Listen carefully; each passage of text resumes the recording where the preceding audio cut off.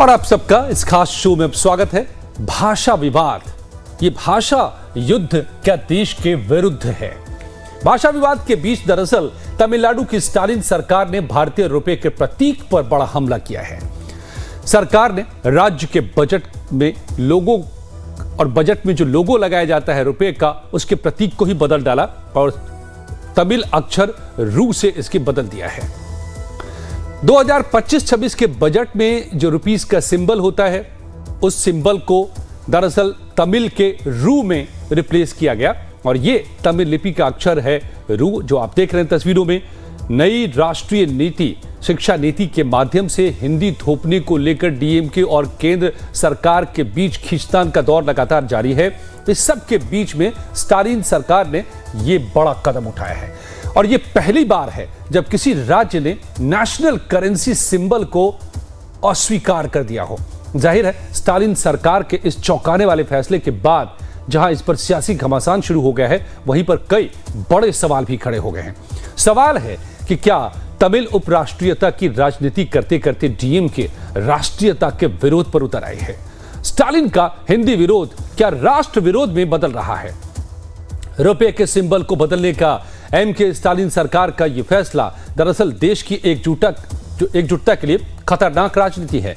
क्या चुनाव जीतने के लिए स्टालिन का यह दांव दरअसल तमिलनाडु में बढ़ती राष्ट्रीयता के डर का नतीजा है? इंटरनेट और आर्टिफिशियल इंटेलिजेंस के दौर में फ्लॉप होगी अब डीएमके की ये भाषा वाली घिसी पिटी राजनीति। इन सवालों पर हम करेंगे बात, पॉलिटिकल एक्सपर्ट से समझेंगे भी, आपको शुरू हुए पॉलिटिकल फाइट भी दिखाएंगे इस पर जो चल रही है। लेकिन इससे पहले समझिए एमके स्टालिन की पार्टी डीएमके की हिंदी विरोध की ये राजनीति कैसी रही है, जिसके तहत स्टालिन अब देश के विरोध तक पर उतारू नजर आ रहे हैं। असल में तमिलनाडु की राजनीति में पिछली शताब्दी के 60 के दशक से ही स्थानीय द्रविड़ राजनीति का वर्चस्व बना हुआ है। कभी डीएमके तो कभी एआईडीएमके जैसी स्थानीय पार्टियां सत्ता की मलाई खाती रही हैं। सही मायने में देखें तो ये महज स्थानीय पार्टियां ही नहीं हैं, बल्कि अपने अपने हिसाब से तमिल उपराष्ट्रीयता का भी प्रतिनिधित्व करती हैं। तमिल उपराष्ट्रीयता होना बुरी बात नहीं है, लेकिन सवाल है कि उपराष्ट्रीयता की राजनीति को किसी भी सूरत में क्या राष्ट्रीयता पर हावी होने की छूट दी जा सकती है? पर कड़वा सच ये है कि तमिल उपराष्ट्रीयता अक्सर राष्ट्रीय मूल्यों पर हावी होती रही है। इसी के ही जरिए द्रविड़ राजनीति तमिलनाडु की सत्ता पर काबिज होती रही है। मगर अब असल में हालात बदल रहे हैं। संचार, सूचना क्रांति, तमिलनाडु में उत्तर भारतीयों की बढ़ती आबादी, इस सब के बीच में तमिल उपराष्ट्रीयता वाली सोच को लगने लगा है कि दक्षिण में हिंदी या राष्ट्रवाद का प्रचार बढ़ा तो यहां राष्ट्रीयता की विचारधारा भी और मजबूत होगी और इससे डीएमके जैसी पार्टियों को खतरा महसूस होता है, क्योंकि इनकी राजनीति का आधार ही रही है स्थानीयता की राजनीति। ऐसे में अगर राष्ट्रीयता वाली राजनीति का असर बढ़ता है तो फिर इसका असर स्थानीय राजनीति पर भी पड़े बिना नहीं रहेगा और नतीजा हो सकता है कि द्रविड़ राजनीति की विदाई हो जाए। इसीलिए स्टालिन को लगता है कि यदि उन्होंने त्रिभाषा फॉर्मूला स्वीकार कर लिया, नई शिक्षा नीति को राज्य में लागू होने दिया, तो जिस स्थानीयता वाला इमोशनल पॉलिटिक्स वो करते रहे हैं उसका असर कम हो सकता है और उनकी पार्टी की हैसियत खत्म हो सकती है।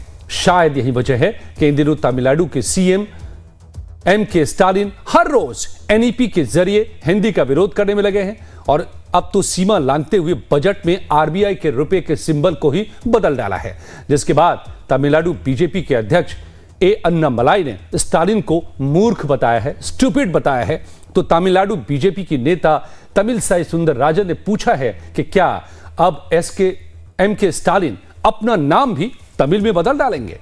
सुनिए।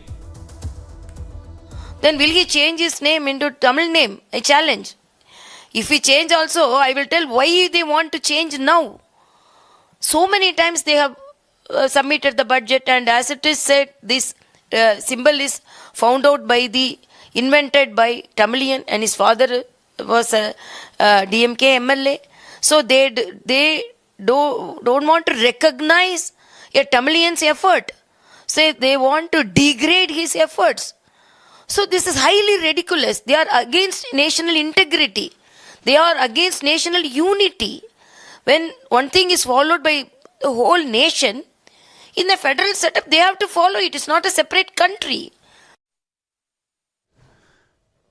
तो सुना आपने कि इस पर युद्ध शुरू हो गया है किस तरीके से। हम आपको दिखाएंगे कांग्रेस इस पर क्या कह रही है, क्या कह रहे हैं करेंसी के एक्सपर्ट, और रुपए का जो ये सिंबल है उसको डिजाइन कैसे एक तमिल ने ही किया है, तमिल शिक्षाविद ने, ये भी आपको दिखाएंगे।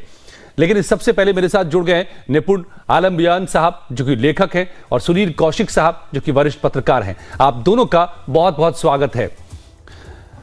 निपुण जी, आपसे मैं समझना चाहूंगा कि क्या वो लाइन जो एक तमिल राष्ट्रीयता की राजनीति स्टालिन साहब करते रहे हैं, उनकी पार्टी शुरू से ही करती रही है, 60 के ही दशक से ये जारी रहा है, लेकिन अब लग रहा है कि वो लाइन क्रॉस कर रहे हैं, वो अपनी तमिल उपराष्ट्रीयता की बात करते करते राष्ट्र के विरोध में खड़े होने लग गए हैं।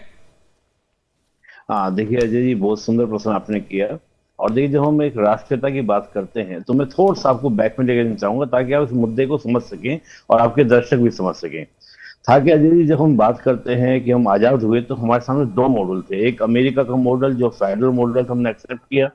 एक यूरोप का मॉडल था जहां पर हम लोग नेशन की बात करते थे और नेशन का बेस बनाते थे, लैंग्वेज को, बहुत सारे आधार को, रेस को, तमाम तरह की चीजों को। तो हमारे स्टार्टिंग लीडरशिप ने महसूस किया कि अगर हम हिंदी को लेकर चले, जैसे हम चक्रवर्ती गोपालाचारी की बात करें, खुद तमिल से थे, उन्होंने खुद भाषा का, हिंदी भाषा का सपोर्ट किया। फिर गांधी जी की हम बात करें, गुजराती होते हुए भी उन्होंने हिंदी भाषा का सपोर्ट किया। लेकिन कुछ समय के बाद हम देखें 60 में बात समझ में आ गई कि हम केवल हिंदी के माध्यम से आगे नहीं बढ़ सकते। तब हमने 3 लैंग्वेज का फॉर्मूला दिया 1968 में, जिसमें हमने कहा इंग्लिश, हिंदी और साथ में कोई भी रीजनल लैंग्वेज। लेकिन अभी जो 2020 की पॉलिसी आई, एजुकेशन पॉलिसी, इसमें तो ये कहा गया कि आप कोई भी 3 लैंग्वेज ले सकते हैं। एक तो आप इंग्लिश लीजिए, इसके अलावा आपका रीजनल लैंग्वेज, उसके अलावा कोई भी, जरूरी कि हिंदी लेनी है। तो मुझे समझ में इस बात को नहीं आ रहा कि आप हिंदी के विरोध की बात ही नहीं है। यहाँ पर तो ये कहा गया कि आप कोई भी लैंग्वेज ले सकते हैं, तीसरी लैंग्वेज। तो इसका विरोध करना शुद्ध रूप से राजनीतिक रूप से आपको लगता है। दूसरा मुझे क्या लगता है कि 2010 में जो हम ये रुपए का, हमारा जो करेंसी का जो सिंबल देखते हैं, 2010 में लाया गया था। रीजन क्या था कि दुनिया में हर करेंसी का एक सिंबल होता है, हमारा सिंबल नहीं था, हमने 2010 में लेकर आए। ये भी कहीं ना कहीं जो हमारे नेशनल एम्बलम की तरह, जैसे हम देखते हैं अशोक चिन्ह हमारा होता है, तमाम तरह जो होते हैं, उस तरह से नेशनल एक इंटीग्रिटी, यूनिटी और एक सिंबल के रूप में दिखता है। अगर आप इसका इंसल्ट करते हैं तो मैं सीधा सीधा बोलता हूं, भारत के संविधान के आर्टिकल 48 और हमारा जो मौलिक कर्तव्य है, मौलिक कर्तव्य का जो पहला मौलिक कर्तव्य है कि हम संविधान के आदर्श और उसके अलावा जो हमारे राष्ट्रीय चिन्ह उनका सम्मान करेंगे, ये सीधा सीधा उसका उल्लंघन मुझे लिखने को दिखता है। तो मैं ये कहूंगा कि ये एक तमिलनाडु के मुख्यमंत्री के द्वारा उल्लंघन नहीं है, बल्कि मैं कहूंगा कहीं ना कहीं हमारे राष्ट्रीय चिन्ह के साथ जो उल्लंघन किया गया, ये कहीं ना कहीं राष्ट्र की जो अस्मिता होती है, राष्ट्रीय जो भावना होती है, उसके साथ कहीं ना कहीं छेड़छाड़ या उसका कहीं ना कहीं इंसल्ट करने का प्रयास, केवल इसलिए कि मुझे राजनीति में 2026 के अपने चुनाव को साधना है, मेरे पास कोई मुद्दे नहीं है। देखिए होता क्या, मैं अपना एसोसिएशन नहीं है, हालांकि सुनील वैसा बैठे वो बताएंगे। जब हमारे पास अपने मुद्दे नहीं होते तब हम अन्य मुद्दों को बनाकर क्या करते हैं, कोशिश करते हैं कि राजनीति चमकाई जाए। बिल्कुल। सुनील कौशिक जी, जो बात आखिर में कह गए निपुण जी, असल में डर सता रहा है अब क्या स्टालिन साहब को कि उनकी ये घिसी पिटी राजनीति चलने वाली है नहीं, जो अब तक चलती रही है पिछले 6 दशक से। तो अब इस डर से कि तमिल के लोग इस आईटी के युग में, इस एआई के युग में, अब सबके मोबाइल पे सारी भाषाएं हैं, जिसको जो मन करता है वो ट्रांसलेट करके दुनिया भर में कम्युनिकेट कर सकता है। ये मुद्दे कहां हैं? तो इसलिए इस तरह के कदम। नहीं, देखो अजय जी, निश्चित तौर से आप देखेंगे, यदि आप बिल्कुल ग्रॉस लेवल पे जाएं तो क्षेत्रीय दलों की जो राजनीति आप देखेंगे तो इसी तरीके की राजनीति है। किसी भी राज्य में आप उठा के देखिएगा, केंद्र से हमेशा टकराव उनके रहे हैं, राष्ट्रीय दलों से भी उनके टकराव हमेशा रहे हैं। पहला मामला नहीं है कि आप तमिलनाडु पर हम लोग चर्चा कर रहे हैं, लेकिन तमिलनाडु बहुत आगे निकल गया। मुझे लगता है तमाम भाषा के आधार पर राजनीतिक रूप से, धार्मिक रूप से ऐसे मुद्दे बनाए जाते रहे हैं, लेकिन आपने सीधा सीधा केंद्र सरकार को ही चैलेंज कर दिया। आपने ये नहीं देखा कि इसका असर क्या पड़ेगा। क्या आप नोट अलग से छापेंगे? क्या जो लोग आपके यहाँ निवेश करेंगे वो निवेश कैसे करेंगे? टैक्स कैसे भरेंगे आप? यदि आपने कोई ऐसा ब्लूप्रिंट नहीं तैयार किया आपने सीधा सीधा केवल जो केंद्र सरकार से राष्ट्रीय शिक्षा नीति को लेकर के जो टकराव चल रहा है, उसमें एक आपने एक लंबी लाइन खींच के दबाव में लेने का प्रयास किया। आप प्रदेश को, मुख्यमंत्री को ये तो पता ही रहता है कि सीमावर्ती सूची में कौन कौन से विषय हैं। सीमावर्ती सूची में जो विषय हैं वो राज्यों की क्या सीमाएं हैं, ये ऐसा तो है नहीं कि छिपी हुई चीजें हैं। लेकिन फिर भी यदि आपने एक कदम उठाया है तो निश्चित तौर से मैं कहूंगा कि राष्ट्रीय शिक्षा नीति 2020 पर जो घमासान तमिलनाडु के साथ सरकार का चल रहा है, उसी का मैं इसको एक पार्ट मानता हूं। और ये केंद्र सरकार को समझना पड़ेगा, इस पर नियम भी बनाना पड़ेगा। मुझे लगता है कि कोई दूसरा प्रदेश भी ऐसा कदम न बढ़ा दे। इनको जो रुपए का चिन्ह है उसको राष्ट्रीय चिन्ह घोषित करना पड़ेगा, उस पर एक नियम बनाना पड़ेगा जो अब तक नहीं है। यही है कि यदि आपके पास नियम होता तो ये काफी अहम बात कह रहे हैं मुझे आप सुनील जी, कि ऐसे नियम होने चाहिए कि कोई ये जरूरत ना करे कि अपनी राजनीति चमकाने के लिए आप देश की मुद्रा का ही अपमान कर बैठे। अब जरा इसमें भी एक बहुत ही दिलचस्प पहलू है, इसको भी समझिए कि भाषा की राजनीति करते करते स्टालिन साहब भले ही रुपए के सिंबल को बजट से हटा दिया हो, लेकिन तमिलनाडु की सरकार ने लगता है यह ध्यान नहीं दिया कि रुपए के सिंबल को एक तमिल ने ही डिजाइन किया है। यह बड़ा दिलचस्प है। और जो फोटो में आप देख रहे हैं ये तमिलनाडु के ही हैं और मशहूर शिक्षाविद भी हैं। खास बात यह है कि इस सिंबल को डिजाइन करने वाले उदय कुमार धर्मलिंगम, उनके पिता डीएमके के नेता भी थे और विधायक भी थे, इसी पार्टी के जिसकी सरकार है, जिसके नेता है स्टालिन साहब। तमिलनाडु में जन्मे उदय कुमार धर्मलिंगम एक शिक्षाविद हैं, बड़े डिजाइनर हैं, आईआईटी गुवाहाटी में असिस्टेंट प्रोफेसर हैं। इस डिजाइन को 15 जुलाई 2010 को भारत सरकार द्वारा जनता के सामने प्रस्तुत किया गया। यह प्रतीक एक खुली प्रतियोगिता के माध्यम से चुना गया था। इसके लिए वित्त मंत्रालय ने प्रतियोगिता आयोजित की थी और 3,331 आवेदन आए थे, जिसमें उदय कुमार का डिजाइन आखिरकार फाइनल हुआ। उन्होंने बताया था कि यह डिजाइन भारतीय तिरंगे से प्रेरित है। इसमें देवनागरी लिपि के र और रोमन लिपि के आर को मिलाकर बनाया गया है। साथ ही जो क्षैतिज रेखा है वो समानता और राष्ट्रध्वज को भी दर्शाती है। उदय कुमार का ये योगदान भारतीय मुद्रा को वैश्विक स्तर पर एक विशिष्ट पहचान दिलाने में काफी अहम रहा है। सुनिए इंडियन करेंसी को लेकर के क्या कहते हैं करेंसी एक्सपर्ट इस सिंबल पर। I don't see any reason why the Tamil Nadu government has actually replaced the rupee symbol with a Tamil symbol, which is not tenable because the rupee is directly under the control of Government of India and Reserve Bank of India. So only Reserve Bank of India and Government of India are authorized to do any changes to any symbols, and it looks like more of an unauthorized thing to do. ये tenable नहीं है, ये हो नहीं सकता है। निपुण आलमजान साहब, ये बहुत अच्छे से पता होगा खुद स्टालिन साहब को कि ये हो नहीं सकता है, लेकिन सिर्फ अपनी राजनीति चमकाने के लिए उन्होंने इतना बड़ा कदम उठा लिया कि अपने बजट में रुपए के सिंबल को बदल डाला। आपको लगता है कि ये दरअसल आखिरी छटपटाहट है स्टालिन साहब को अपनी राजनीति बचाने की? नहीं अजय जी, इसमें यह है कि जो उन्होंने करेंसी के बारे में नहीं बोला है, उन्होंने स्पष्ट किया। बाद में हम देखते हैं कि उनके जो पार्टी की ओर से स्पष्टीकरण आया है कि करेंसी के बारे में उन्होंने नहीं बोला। उनका कहना यह है कि हमने केवल बजट पर जो रुपए का साइन लगता था, सिंबल जो लगता था, हमने केवल वो चेंज किया है। तो इसको चेंज करने को लेकर जैसे सुनील भाई साहब बता रहे थे, बिल्कुल सही बता रहे थे कि हमारे पास इस प्रकार का कोई लॉ नहीं है कि, और उन्होंने भी इस बात को जिक्र किया जब मैं उनका प्रवक्ता को सुन रहा था, तो हमारे पास कोई ऐसा लॉ नहीं कि हम उसको कह सके उन्होंने इनलीगल किया।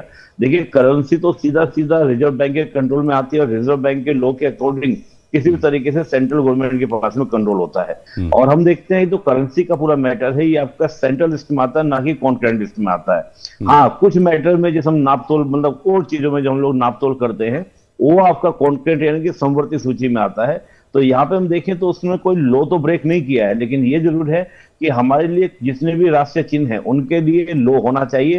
हालांकि हम देखते हैं राष्ट्रीय ध्वज के लिए एक संहिता है, कोड है, पहले से कोड है जिस पर पनिशमेंट के प्रोविजंस हैं। अशोक का जो हमारा जो नेशनल एम्बल है उसके लिए आपके रूल है, लेकिन जितने भी बाकी और अदर भी हमारे जो सिंबल हैं उनके लिए भी हमारे पास में लॉ नहीं है। तो ये मैं समझता हूँ कि उनको सेंट्रल गवर्नमेंट को भी देखना चाहिए, क्योंकि ये पहली बार ऐसा हुआ है कि हमारे किसी राष्ट्रीय चिन्ह के साथ में इस प्रकार का छेड़छाड़ की गई है। और बात देखिए, रुपये की बात क्या है कि देखिए मैं ये कह रहा हूँ, जैसे 2010 में बनाई गई, बनाने का रीजन ये था कि हमारी करेंसी को एक इंटरनेशनल एक पहचान देना कि भाई हमारा रुपया चलता है, रुपये का हमारा सिंबल ये है।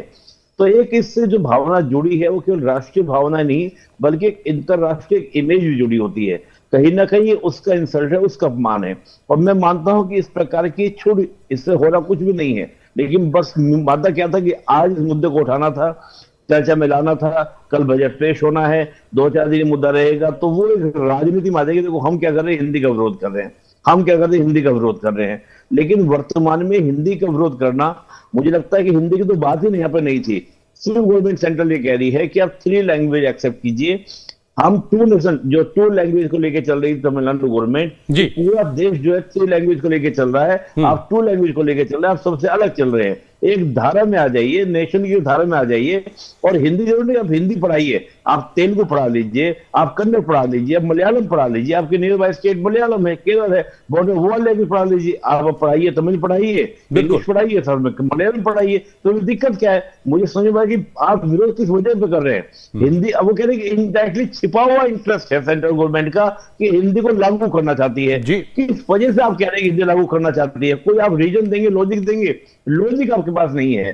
तो मुझे लगता है कि विरोध के लिए विरोध करना, इसको हम लोग बोलते हैं अपनी भाषा में कि जब आपको विरोध करना हो तो आप ढूंढते हैं कि कैसे विरोध किया जाए और कैसे नए मुद्दे उछाले जाए, कैसे नए मुद्दे बनाए जाए। तो मुझे लगता है शुद्ध रूप से राजनीतिक रूप से प्रेरित है, चुनाव के लिए नए मुद्दे तैयार करने की तैयारी है। और कहीं ना कहीं हिंदी और जो एक तमिल विवाद रहा है, जो 70s हमको देखने को मिला, उसको पुनर्जीवित करने का प्रयास है।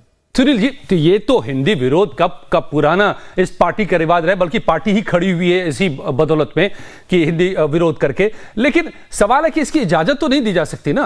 आप अपनी राजनीति चमकाने के लिए, हालांकि आपकी राजनीति खत्म हो रही है, ये भी पता चल रहा है इसी से कि आप इस हद तक जा रहे हैं, लेकिन इसकी इजाजत तो कदे नहीं दी जा सकती कि आप नेशनल सिंबल्स का अपमान करने लग जाए। देखो झा साहब, बेसिकली आप जाएंगे कि जो इस समय राष्ट्रवाद की बहार जो चल रही है इस समय तमाम राज्यों में, आप बिल्कुल लेवल पर जाकर के समीक्षा करेंगे तो एक ऐसी स्थिति देश में जहां स्टालिन साहब नहीं, कई क्षेत्रीय दल घबराहट में कि इसका उपाय क्या है। जैसे आप उत्तर प्रदेश में देखेंगे एक पीढ़ी शब्द आ गया, वो क्या है? राष्ट्रवाद के कदम पर जो भारतीय जनता पार्टी चल रही है और तीसरी बार केंद्र में सरकार बनाई और तमाम राज्यों में सरकार, इसका कार्ड क्षेत्रीय दलों के पास नहीं है।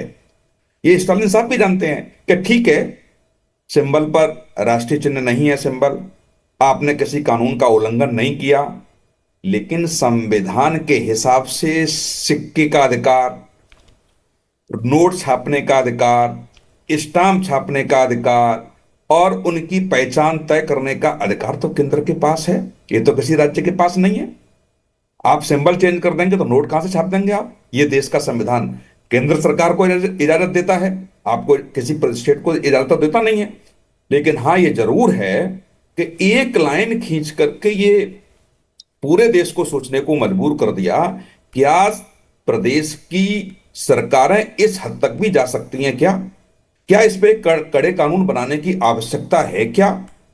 दूसरा सबसे महत्वपूर्ण है, जो राष्ट्रीय शिक्षा नीति का विरोध कर रहे हैं, जहां त्रिभाषा का जो फॉर्मूला केंद्र सरकार का है, निश्चित तौर से शिक्षा का सब्जेक्ट सीमावर्ती सूची में है और राज्य सरकार को और केंद्र सरकार को नियम बनाने, कानून बनाने का अधिकार है। लेकिन यदि राज्य सरकार केंद्र के कानून को न माने, यह अधिकार नहीं है। अंततः केंद्र सरकार का ही नियम लागू होगा, उन्हीं का कानून चलेगा। तो वहां मुझे लगता है कि राष्ट्रीय शिक्षा नीति का विरोध करते करते आप यहां चले गए कि आगे जाकर के कोई माननीय हाई कोर्ट या सुप्रीम कोर्ट जाता है तो निश्चित तौर से आपकी स्थिति ठीक नहीं होगी। पिछले दिनों भी आपने देखा होगा सनातन को लेकर के किस तरीके के बयान वहां से दिए गए। तो मैं जहां तक समझ पा रहा हूं पत्रकार होने के नाते झा साहब, कि जो राष्ट्रवाद की जो बहार इस समय देश में चल रही है उसका कार्ड क्षेत्रीय दलों के पास नहीं है। इसीलिए केंद्र सरकार को भी यह सोचना पड़ेगा कि इन ऐसे सब्जेक्टों पर जहां कोई नियम कानून नहीं है, जहां क्षेत्रीय दल सीमाएं लांघ सकते हैं, इनका सर्च तो करना पड़ेगा। केंद्र सरकार को सख्त कानून बनाने की आवश्यकता होगी। आप दोनों जो अभी तक एक बड़ी बात कह रहे हैं कि कहीं ना कहीं एक बड़ा सबक है ये अपने आप में कि इसको लेकर के एक नियम, ऐसा नियम जिसको तोड़ने की कोई हिम्मत ना करे, ये बनाने की जरूरत पैदा हो गई है इस पूरी घटना से। लेकिन जरा समझिए उस राजनीति को जो तमिल उपराष्ट्रवाद की जो बातें करता है, और वो क्यों हुआ है, क्योंकि जो हमारी नेशनल पार्टीज हैं वो जब कमजोर हुई हैं तो उसकी जगह पर इन पार्टियों ने अपनी जगह बनाई और फिर ऐसे भावनात्मक मुद्दे लेकर आए जिसका ये हाल हो रहा है। असल में वर्ष 1967 के विधानसभा चुनावों में करारी हार के बाद से कांग्रेस यहां की केंद्रीय राजनीति से बाहर ही है। तब से वो कभी डीएमके तो कभी एआईएडीएमके के पिछलग्गू बनी रही है, और कुछ ऐसी ही स्थिति भारतीय जनता पार्टी की भी रही है। तमिलनाडु में अगले साल विधानसभा चुनाव है। स्टालिन को लग रहा है कि इस बार बीजेपी के जरिए राष्ट्रीय राजनीति राज्य में अपनी ताकतवर पहुंच बना सकती है। यदि ऐसा होता है तो जाहिर तौर पर द्रविड़ राजनीति के वर्चस्व को निर्णायक चुनौती यहां मिल सकती है, और यही डर है उन्हें हिंदी विरोध का ये ताजा आंच में जो जलाने को उन्हें स्टालिन साहब को मजबूर कर रहा है। जी हां, हालांकि कांग्रेस को लगता है कि हिंदी को राजनीतिक मुखौटे के तौर पर इस्तेमाल कर बीजेपी दरअसल थोपने की कोशिश करती है। सुनिए उत्तराखंड के पूर्व मुख्यमंत्री और दिग्गज कांग्रेसी हरीश रावत क्या कहते हैं। हिंदी को मुखौटे के तौर पर आगे रख करके या संस्कृत को मुखौटे के तौर पर रख करके यदि भाजपा अपने आइडियोलॉजिकल कंसर्न्स को जो है एजुकेशन पॉलिसी के जरिए लोगों पर थोप रही है तो उसमें सबको चिंता होना स्वाभाविक है। सुनील कौशिक जी, अब मैं इस पर आपसे समझना चाहूंगा कि कांग्रेस इस मुद्दे पर अगर इस तरह का बयान दे रही है तो क्या इस मुद्दे को लेकर के वो यूपी के चुनाव में उतर सकती है, बिहार में चुनाव आने वाला है वहां पर उतर सकती है क्या? देखो जहाँ साहब रावत जी का जो बयान आया, मैंने तो पहले ही कह दिया आपकी डिबेट कि राष्ट्रवाद की जो परिभाषा गढ़ी जा रही है, जो आप जीरो ग्राउंड पर जाएंगे तो राष्ट्रवाद की जो लहर इस समय देश में है, वो मुखौटा कह सकते हैं हिंदी को, संस्कृति को, कि इस वजह से बीजेपी आगे बढ़ रही है। लेकिन निश्चित तौर से मैं कह रहा हूं रावत जी का भी वही सार है कि जो भारतीय जनता पार्टी राष्ट्रवाद के मुद्दे पर जो कदम बढ़ा रही है उसको रोकना थोड़ा सा मुश्किल है। और जो राज्य, मैंने पहले भी कहा और आपने भी उसको माना और आपने भी कहा इस बात को लेकर के, जो क्षेत्रीय दलों की जो राजनीति रही है हमेशा, चाहे वो कांग्रेस जहां से खत्म हुई हो वहां क्षेत्रीय दल आगे बढ़कर के सत्ता तक पहुंचे हैं तो उसके भी कारण रहे हैं। तो जो क्षेत्रीय दलों की व्यवस्था है राजनीति में जमे रहने की, क्षेत्रवाद को लेकर के, जैसे शुरू में आप देखेंगे कि मुलायम सिंह यादव उत्तर प्रदेश में थे तो उन्होंने कहा कि इंग्लिश भाषा नहीं होनी चाहिए, सब हिंदी में हिंदी भाषा होना चाहिए आईएएस की और आईपीएस की तैयारी करने के लिए, और उसको बड़ा प्रभाव छोड़ा, तमाम छात्र उनके साथ खड़े हो गए। तो क्योंकि वो हिंदी क्षेत्र में से आते हैं, और उत्तर प्रदेश आप देखेंगे कि इंग्लिश में थोड़ा सा ज्यादा नहीं है, हिंदी में ज्यादा छात्र हैं। तो अधिकतर जो क्षेत्रीय राजनीतिक दल हैं उनको जब मुद्दे न सूझते हों, और जब ऐसी स्थिति इस समय 2014 के बाद, 2019 के बाद 2024 में तो आप देखेंगे कुंभ को लेकर के क्या स्थिति रही कि 66 करोड़ से ज्यादा लोग आ गए। अब क्या होगा? तो जहां राष्ट्रीय शिक्षा नीति पर स्टालिन साहब जो राजनीति करना चाह रहे थे, अब उन्होंने कहा ये तो थोड़ा सा कमजोर पड़ता जा रही है, केंद्र सरकार ने तमाम बजट रोक दिया, 650 750 करोड़ का बजट, अब क्या करें? तो एक मुझे लगता है कि एक छोटी सी लाइन खींचने का प्रयास किया है, और मुझे ये भी लगता है कि निश्चित तौर से आप चुनाव में देखेंगे केंद्र सरकार एक कड़ा नियम ऐसे लेकर के आएगी। यदि ऐसा नहीं आया तो हम जो अपनी मुद्रा की बात अंतरराष्ट्रीय स्तर पर कर रहे हैं, साफ तौर पे हम रुपए की जो समय इतना ही था सुनील जी, साफ तौर पे आपने जो एक बड़ी बात कही है, और अब निपुण जी ने जो बड़ी बात कही है कि ये जो भी लाइन खींचने की कोशिश कर रहे हैं स्टालिन अपनी राजनीति को चमकाने के लिए, उस लाइन को मिटानी होगी। ये खिलवाड़, इस खिलवाड़ की इजाजत अब किसी को अपनी राजनीति चमकाने के लिए नहीं दी जा सकती है, ये इस बहुत साफ है। बहुत बहुत धन्यवाद निपुण जी, सुनील कौशिक जी, आप दोनों का। लेकिन कुछ ही पलों में हम लौट कर बात करेंगे कि बिहार में कानून व्यवस्था को क्या हो गया है, क्या हालात यहां पर पैदा हो रहे हैं। बने रहिए हमारे साथ।